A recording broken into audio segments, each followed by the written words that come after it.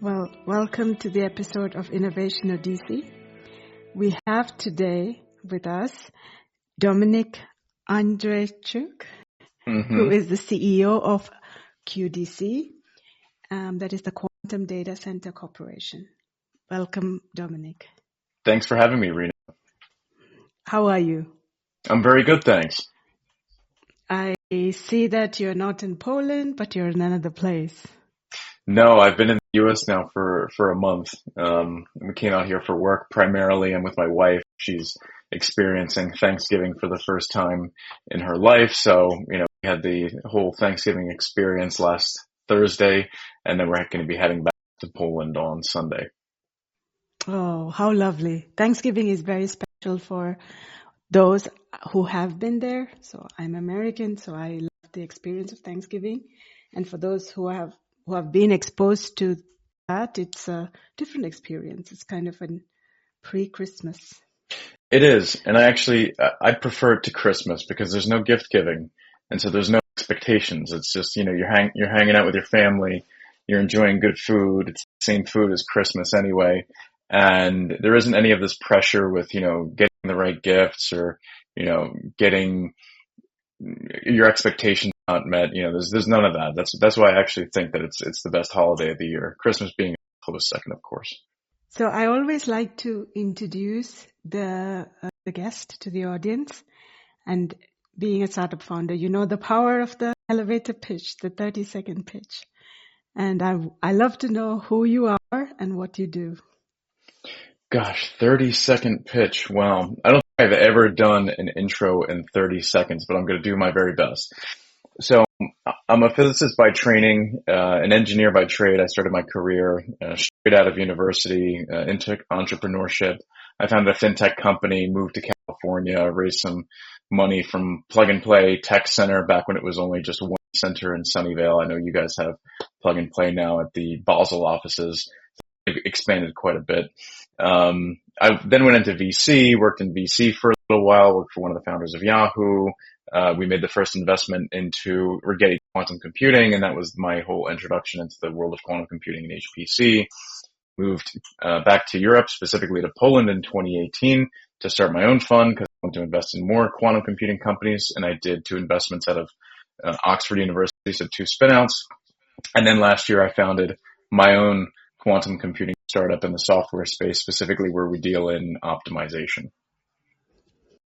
Fantastic. I don't know if that was 30. I don't know if that was 30 seconds, but I did my best. No. It's definitely my shortest.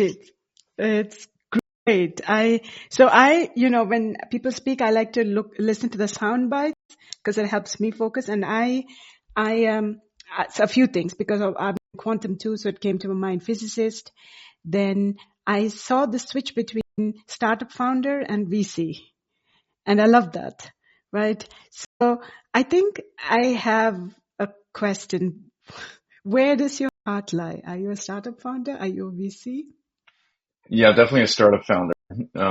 Because one of the things that, I was a VC for what? How long? If 2022 was my last year, that would mean I was a VC for 8 years. And I never, for some reason, all those years, it felt like a little bit of an itch always that I wanted to do something more. And I could never just sit around and do nothing. As a VC, there's VCs that work hard, but for the most part, being a VC is quite an easy job. If you've got money and if you've got a network and you can just follow onto deals, you can work maybe, 4 weeks out of the year and run a modestly successful fund. Right? There's no real secret to it. But if you don't have the network, you want to build something and if you really want to stand out, the hardest working VCs will eventually be able to become market leaders simply because they're just going to put in more of those hours. And the primary job of a VC is just to take, lots and lots of meetings with many different startups. And you take all these meetings and, you start to sort of see how the market is evolving and you see how the market is evolving. And when you're kind of sitting as a spectator observing the market, you see how things should or should not be. And you observe certain types of holes in the market. And one of the things that I observed when I started my own fund was I always wanted to do a quantum software investment, but I never really quite found the company that I wanted to put money in. Actually, there was one company. There was a company called Multiverse Computing that unfortunately originally we passed on it on the pre-seed deal, and then they came back for us for the seed deal, but then it was too expensive, so we didn't do the deal. And, I was kicking myself for that because now they're super successful. And the reason why they're super successful is because they were really like the only quantum software company that was actually building algorithms that had a real business case first and foremost. And number two, they were actually building a product that was usable by customers. And they really stuck out. And what I noticed was the other quantum software companies, they were doing these like one-off research and development projects for big corporates, and somewhere like buried in the back of their presentation or back of their like vision or strategy was this idea of, well, we're going to do all this knowledge building for the next 3 or 4 or 5 years. And this is a pitch I'm getting, let's say in 2020. But 4 years down the road, we're going to finally have fault tolerant quantum computers, and then we're going to go build a product. And of course, we're almost in 2024 and we don't have fault tolerance, and a lot of these companies are now being acqui-hired because they just simply couldn't sustain, like a high interest rate environment and go out and raise money when they're not actually creating any real tangible revenue. So, I went back to the drawing board and I couldn't find another company to invest in that was similar to Multiverse. And then I thought to myself, well, if that company doesn't exist, and I kind of found that company. That the company was run by a bunch of academics in Poland, and it was similar in the sense that they were using the same technology. It was sort of these physics-inspired, quantum-inspired algorithms. But they lacked the business sense. And so originally I started off with, okay, I'll write these guys, like $1 million check, but I need to help build them some business first, develop some business, introduce them to potential customers and that sort of stuff. And over time, I realized that I was actually spending more time trying to get these guys funded than I was trying to, run my own fund. And then I was like, okay, we're almost out of money now in terms of like capital being deployed. What should I do? Should I go raise a second fund, or should I just go and start this company and work with these guys to go build something? And that was ultimately what we decided on. I said, hey, let's start with a clean slate. We'll incorporate a company in the US. We'll do this the right way. We build the subsidiary in Poland. I've seen lots of these deals. I know how they're structured. I know what the best legal structure for this is. And, we'll start from scratch, and we'll start with going into the market first, understanding what are the problems in the market, and then putting the technology into the market after we've understood what our customers are willing to pay for. And so ultimately that's how QDC started. And, before that, like in my free time, I was, cycling, doing triathlon, all this stuff, because I was just so bored. And I realized I was bored because, VCs don't really, there's only so many meetings you can take, so many deep tech startups.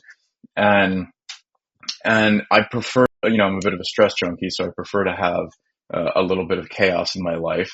But it's also more fun because you have more control over like the vision and the product and the company. Whereas when you're a VC, even though maybe you're sitting on the board, you don't really quite have that much influence from the point of view of an investor, and you're not there day to day. And it's a lot different. And so, to answer your original question, what do I prefer? I mean, I certainly think that, the founder life is a lot better than the VC life, because it's more exciting and you feel more alive every day. And, was it your physics background? I mean, I have to ask the obvious question, but was it your physics background that drew you to quantum? Yeah. And it's funny really because so I only did a bachelor's, right? Like I didn't do a PhD or a master's or anything like that. But we did have to write like a bachelor thesis. It was like, like a 40-page paper on some, pick your topic. And I did high energy physics, and one of my colleagues did, his was on quantum computing. And it was interesting because when he did the presentation, I couldn't quite understand it, what exactly it was. And when I asked him, I was like, can you explain more about this? And he's like, well, for me, it was difficult to understand because, I couldn't even find a picture of a quantum computer. And this is going back to like 2008, 2009, which was almost 15 years ago. So it wasn't too long ago. But it always sort of like remained in the back of my head. And then when I joined Murado, as a first time VC, and when we had an opportunity to go invest in Chad's company, that was all of a sudden like, science fiction meets reality. And, hey, there are actually people working on this stuff. And that's when it hit me. It was like, oh my God, this thing could be so revolutionary. I mean, we learned about it in school, about the potential impact that this thing could have. Yes, we should probably focus a lot of our financial resources in trying to build this thing.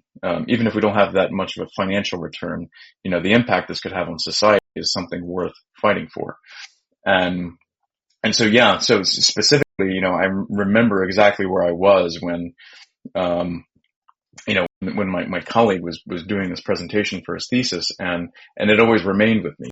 And so, yeah, like having that background, albeit, a very sort of rudimentary background compared to my PhD peers, was enough for me to, really hitch my wagon to it and know that, wow, this is potentially something big.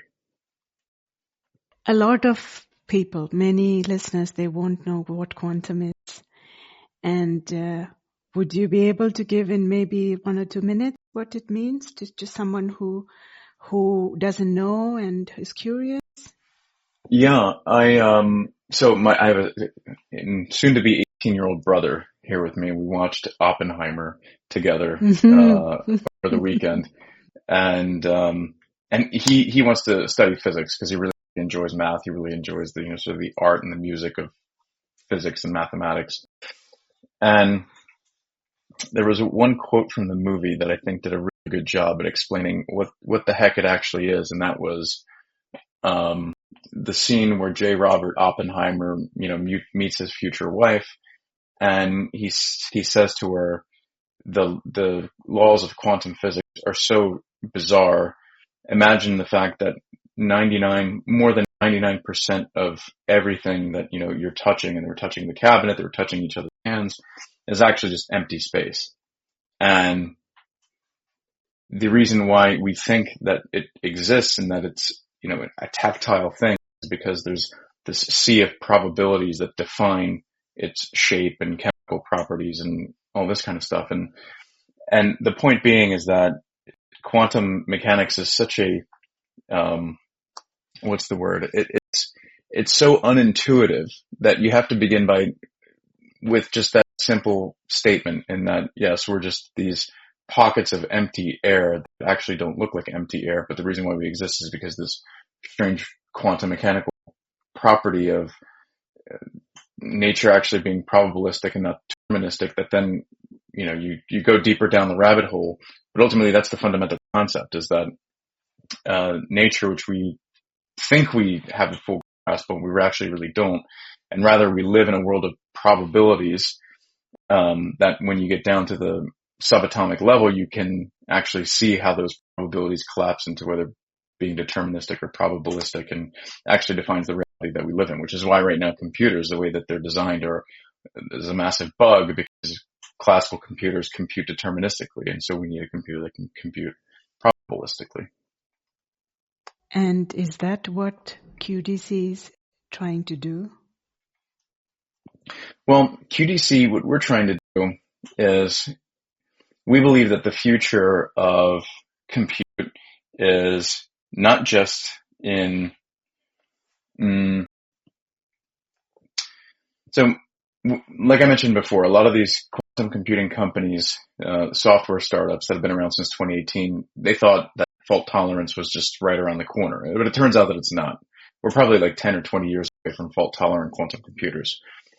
And so what a lot of researchers have done recently is sort of two things. The first end is, how do we take, let's say, new mathematical concepts from something like quantum physics, or physics in general, like probabilistic physics, such as entropy, thermodynamics, and how can we take those physical problems and map them, let's say, onto optimization problems? How can we build better algorithms by leveraging the laws of physics to define the way that we define problems, and do so classically? So that's one aspect of what we do. So we focus on physics-inspired algorithms that run classically, but are, a step up in performance compared to conventional algorithms. And on the other hand, we're gonna have these NISQ devices for a very, very long period of time. And can we take advantage of the impurities and the faults of these NISQ devices and see if we can use them to our advantage? And so this concept is something called hybrid computing. So you can run most of your routines, at least for the near future, are going to be running 90% classically. But you can use a quantum computer to run certain types of subroutines on a quantum computer to see, for example, being able to scan an entire problem space simultaneously very quickly, but at low resolution, and mapping that ability to scan these massive problem spaces, figure out what are the possible low energy spectras of those problem spaces, and then use a classical computer to then compute the exact problem or the exact solution in those problem spaces more efficiently than just a classical computer by itself or a quantum computer by itself. And so using the QPU as a coprocessor in the same way that a GPU is used as a coprocessor for a CPU. And that's ultimately what we're trying to do, is we're trying to marry these two worlds. So physics-inspired algorithms that run classically, and using the worst aspects, or what can be defined as the worst noisy aspects of a quantum computer, and use them to our advantage. Okay, that for me, it sounds very practical. You're not trying to offer a moonshot. Exactly. Oh, okay. And where are your immediate use cases? Which are industries that you want to impact first? Yeah, so we looked at,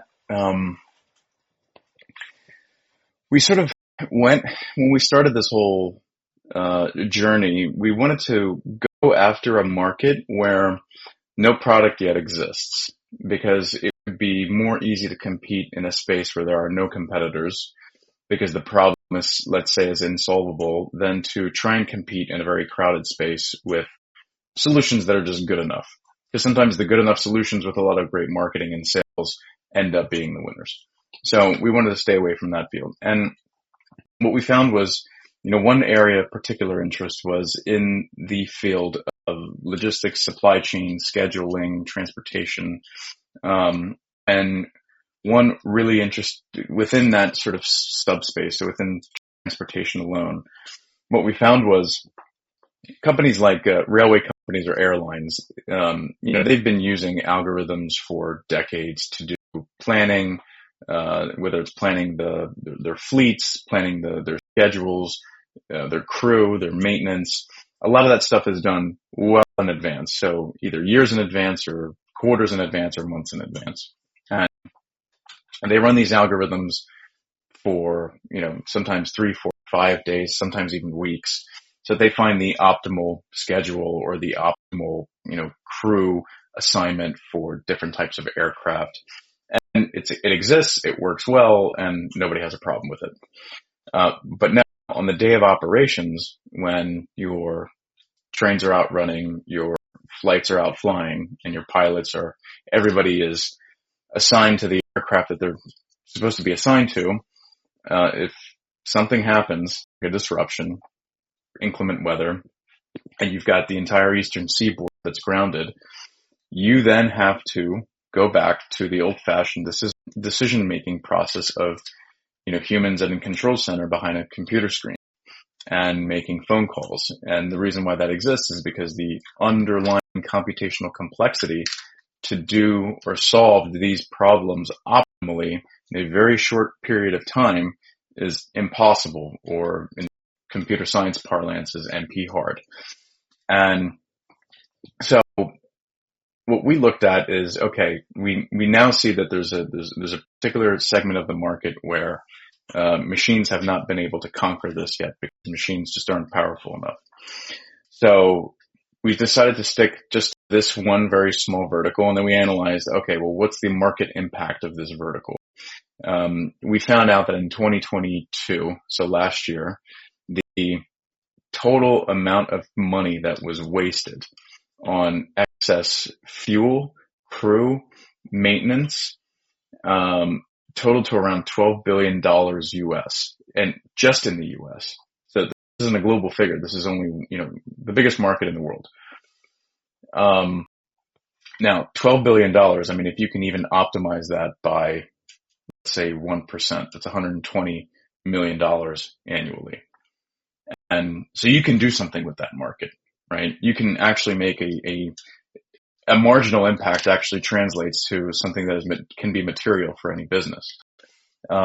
So last year we started then reaching out to folks in the airline industry, technology companies, figuring out like where can we actually integrate into the stack so that we can provide immediate impact on day one, not have to do all of this data engineering and whatnot. And we found that working with partners like private equity funds that invest in airlines, sort of traditional airlines that do this digital transformation, could integrate us into, their portfolio companies. So that way we can make an impact on day one. Airline technology companies such as, there's Sabre, Amadeus, Travelport. They have already planning tools that they provide to their aircraft or airline customers, and this would just be another feature that they can then offer to their customers. Lufthansa Systems is another big purveyor of airline technology to the airline market, and so this was a long process. I mean, I don't come from the airline, so I didn't know how any of this stuff works. But that was ultimately the decision that we decided to take. It was, we just sell the algorithm that we have directly to the technology providers so that we can make the most impact on day one, as opposed to building, large monolithic software systems individually for airlines. I mean, that's a fool's errand. It would take way too long. Brilliant. That's a great go-to-market strategy. I like it. So, and I know that when you're trying to sell tech, that's just so much easier. Yeah, it is. And the impact is manifold, actually. Yeah, it turns out it's a lot easier to sell you're basically selling magic to somebody. Of course, they don't believe you at first, and so you have to do pilots and things like that. Yes. But yeah, it's a lot of fun to play in a market where there are no competitors yet. Okay. Yeah, that's good. You're on one of the pioneers. Yeah, hopefully. So, yes.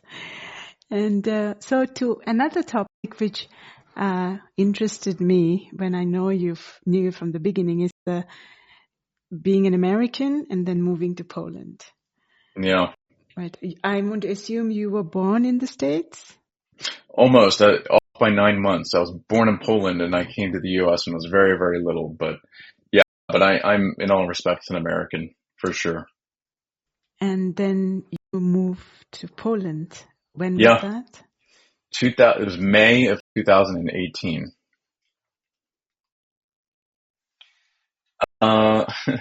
Yeah, gosh, that's a long story.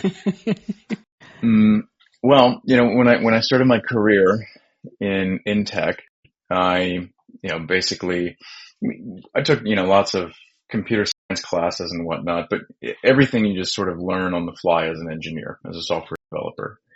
And one of those things that you learn as you pull all of these open source libraries to start working with, and all of those open source libraries all exist on this portal called GitHub. And GitHub has millions of repositories of open source software, and always out of curiosity you go and see who those contributors are, and like 1 or 2 times out of 10 I would see a Polish last name, and when you see a Polish last name, like you recognize. I mean, look at mine. It's Andrzejczuk. It's got all these Z's and weird combinations of consonants, and it was happening quite often. And back in those days, I was always wondering. I was like, okay, here I am in Silicon Valley. There's a massive shortage of developers and an overabundance of, business people, MBAs that are looking for developers trying to, bring their idea to market. Meanwhile, it just seems like they're kind of falling out of trees in Poland. But then when I look at, what are the biggest tech companies in Poland, there are no like big, $1 billion, $10 billion companies that, went public or exist. And I always wondered, why is that? It seems a bit odd. It seems like like a parallel universe in some sense. And, so I was always fascinated with Poland in general. And I think starting in 2013, I began traveling to Warsaw for like, a month at a time, 6 weeks at a time, like kind of quasi vacation, quasi for work, and just started meeting with like the tech sector that was there. And in 2013, it was, a very young tech ecosystem. There were no VCs. So, if there was a VC, there was such a small VC and so insignificant, like you wouldn't really have a real material impact on the ecosystem. And also VCs at that time were sort of, a bit sketchy. They weren't really they didn't really understand the concept of, founder friendly terms actually yields favorable returns back to the investor. And there were some private equity funds that kind of, did things as like private equity funds would do, leveraged buyouts and this sort of thing. So, it was I could then see the reason why there was no like tech ecosystem equivalent in Poland as there was, let's say, in the Valley. But over time, I'd come back every single summer and, things would change a little bit. And then, another government program would pop up that would start funding VC funds and, some more funds started popping up. And then, a friend of mine, this was in 2017, I believe, he had forwarded me a tender for applying for one of these programs, one of these public programs to start your own VC and your own fund. And the economics were insane. It was like, basically they would fund 95% of your entire fund. And then, you as the GPs would just have to put up, 5%. And it was up to, the equivalent of like, $18 million US. And I was like, well, that's definitely something to look at. I applied for it, went through, the many different rounds. And then 2018 was when things started to pick up and they were more interested. And at that point I was like, okay, if, I can't just keep traveling between California and Poland. So I decided to move out there in 2018, albeit like thinking it was just going to be a temporary move. And by the end of 2018, we had our first draft of our LPA with our LPs. We signed on December the 28th, 2018. 2019, we spent the entire time setting up the fund, getting everything, up and running. And so that was really it. That was so it was a combination of me looking at the region being like, okay, this place has potential. All the numbers are there. It seems to have an overabundance of tech talent, all of it homegrown, none of it being, imported. So it's like they have their own little ecosystem. It's just, these people need a little bit of direction.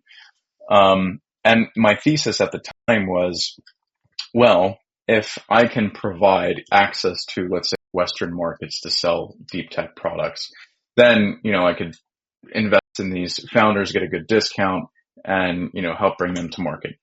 And also continue to invest in quantum startups and, hardware companies, software companies, the like.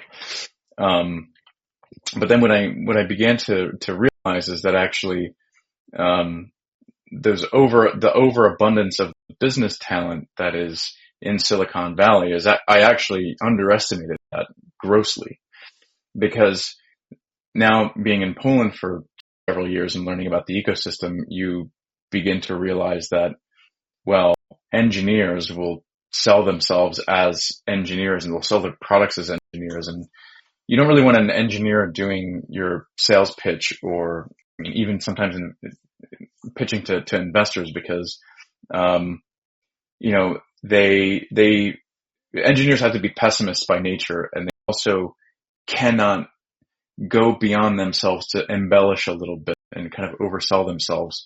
And that was a problem that I saw. It was like a cultural problem. You know, people who are very pragmatic tend to also not allow themselves to, you know, push the envelope a little bit, bend the truth a little bit. Like you have to do that when you're selling.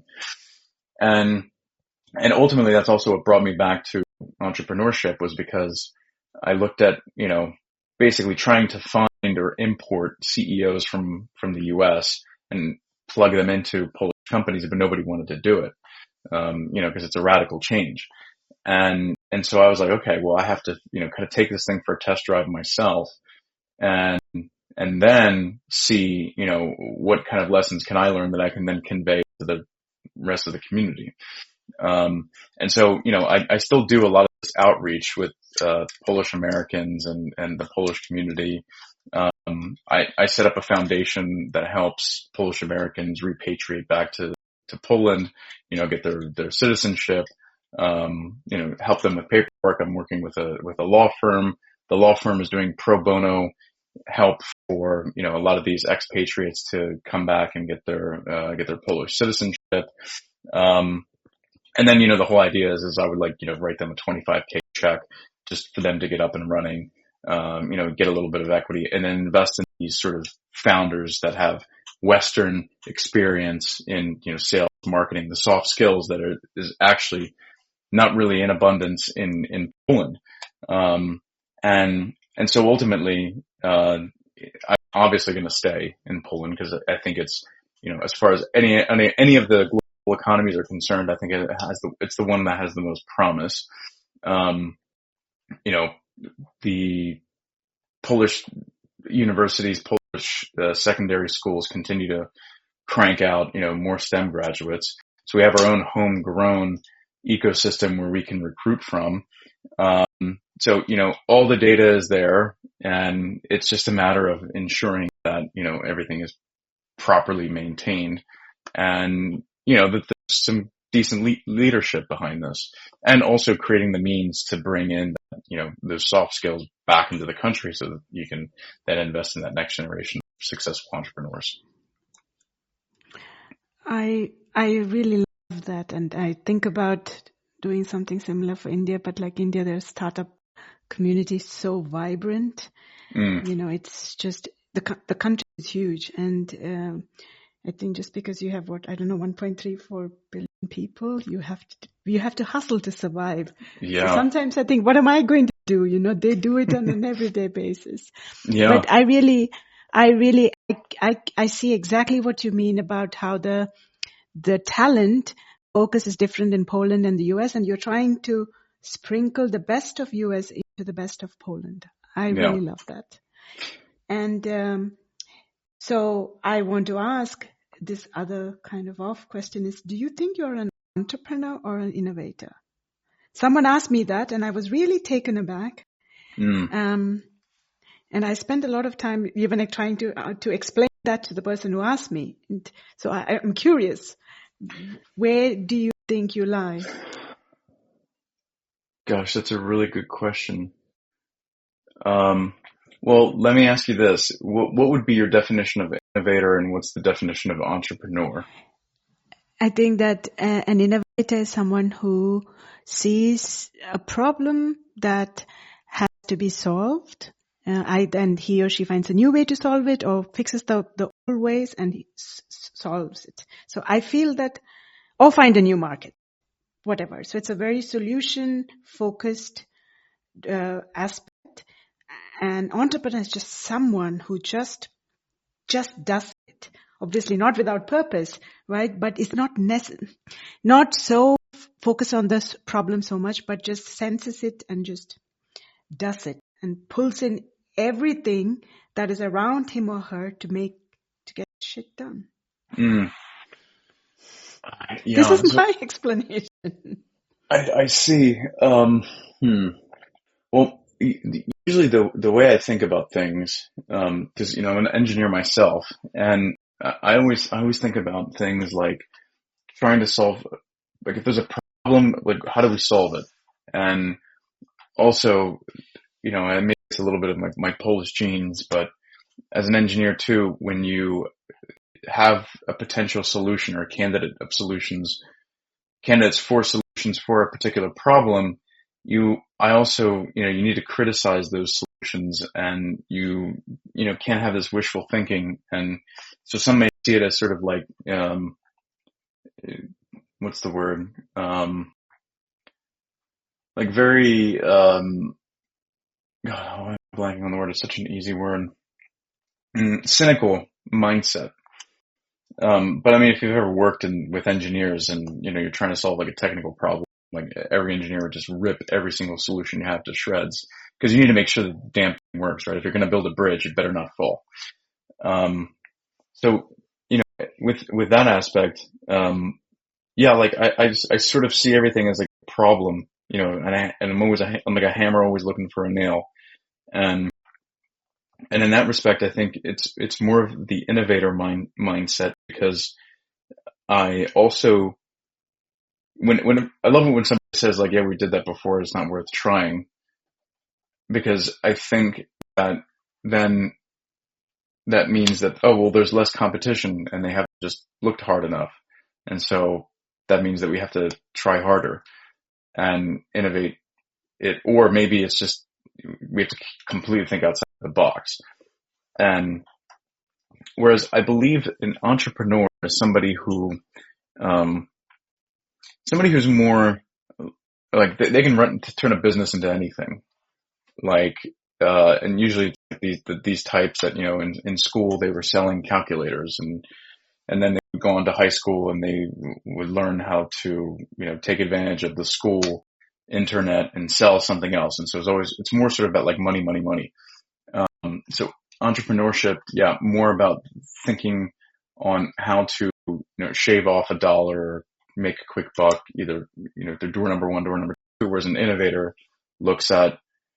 it's making money is not the end in and of itself. It's just a means to an end, but the end in and of itself is actually to really help solve huge problems. And I think that's why, I'm so in love with quantum computing, because it's just, has all of this potential to solve all of these problems. And wouldn't it be nice to be the one to say, hey, I did that for humanity? Oh, this gives me the perfect ending point. This is your outlook for quantum, right? Yeah. And it's like, the thing that makes me really excited about quantum is that we haven't even opened Pandora's box yet. Like, the box is still closed, or the box is still in the FedEx truck, and we're waiting for it patiently. But we know, like, we looked up on the website, it says it's out for delivery, and we know it's coming. And, I did a quick history of what, like, I wrote this article about like the history of Silicon Valley, and then, how like Silicon Valley started, and this whole concept of venture capital investment, and how that was an innovation at its time. And,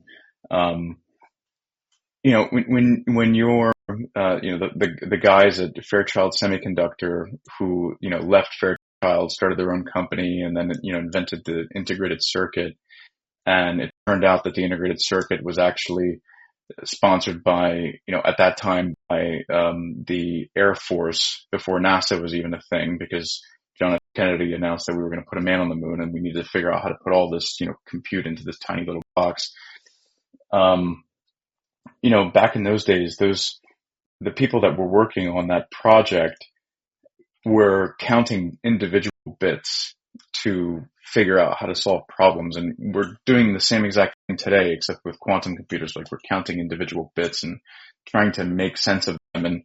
And the thing is nobody in the 1950s and the 1960s, after the integrated circuit was invented, I don't think anybody had any bloody like inclination as to, what was to come. And, even when you watch a movie like 2001: A Space Odyssey, which was supposed to be like the most cutting edge futuristic movie in its time, and that was I think that was in 1969 that movie came out. you know, either they couldn't comprehend the fact that you'd have this pocket device that you could have access to literally everything. They had, you know, a talking computer with some like lights that were blinking and whatnot. So it's like, even then, you know, somebody like the, what's the name of the director, for, Kubrick, Stanley Kubrick, who had access to, you know, all the latest and greatest technology, and who he himself was an innovator, couldn't comprehend the scale and the impact that, you know, the technological revolution had. And now, you know, we have in the development of quantum computers, lots of other tools at our disposal that the people that were working on, you know, early computers back in the 60s didn't have. Like, one of those is machine learning. And we can learn how to solve problems way faster with quantum computers because we have these tools at our disposal, which means that very likely the point at which we will get to fault-tolerant quantum computing compared to fault-tolerant classical computing from the 60s will probably be a lot shorter, because we have all these other tools that we can use at our disposal to make this thing happen. And I'm sort of both anxious and excited to the prospect of, you know, one day there being, you know, the paper that gets published of, you know, hey, we ran a fault-tolerant algorithm and we learned something from it, right? And it was so mind-boggling that, you know, we were able to invent one thing, and that's like the first domino to fall, and then all the other dominoes will begin to fall, because then all of a sudden the market then realizes, oh my God, we need to pump as much money as humanly possible into this sector because this thing's going to blow up. That's going to happen as quickly as, you know, ChatGPT popping up all of a sudden randomly, you know, in the middle of last year, and everybody being shocked at how like amazing it is. Same thing's going to happen with quantum computing. So just one day we're going to wake up and snap, you know, the world's just going to change. Wonderful. And I am so excited to think that you would be a pioneer when those dominoes fall. Well, thank you, and Renu. I can't wait. All right. That would be a great way to end this episode. Thank you, Dominik, for your time. My pleasure. And yes, and I look forward to what progress QDC makes. Thanks, Renu. Thank you so much for having me.